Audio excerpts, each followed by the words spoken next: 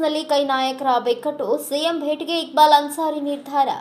ಕೊಪ್ಪಳ ಜಿಲ್ಲೆಯ ಬಿಎಲ್ಒ 2ಗಳ ನೇಮಕ ಜವಾಬ್ದಾರಿಯನ್ನು ಮಾಜಿ ಶಾಸಕ ಇಕ್ಬಾಲ್ ಅನ್ಸಾರಿ ಕೈಬಿಟ್ಟು ಸಂಸದ ರಾಜಶೇಖರ್ ಇಟ್ನಾಳ್ ಹೆಗಲಿಗೆ ಕೆಪಿಸಿಸಿ ವಹಿಸಿರುವುದು ಜಿಲ್ಲೆಯ ಕೆಲ ನಾಯಕರ ಕುತಂತ್ರದಿಂದ ನನಗೆ ಕೋಕ್ ನೀಡಲಾಗಿದೆ. 90% ನಮ್ಮ ಸಮುದಾಯ ಕಾಂಗ್ರೆಸ್ ಪರವಾಗಿದ್ರು ಈ ತರಹ ನಡೆದುಕೊಂಡರೆ ಹೇಗೆ?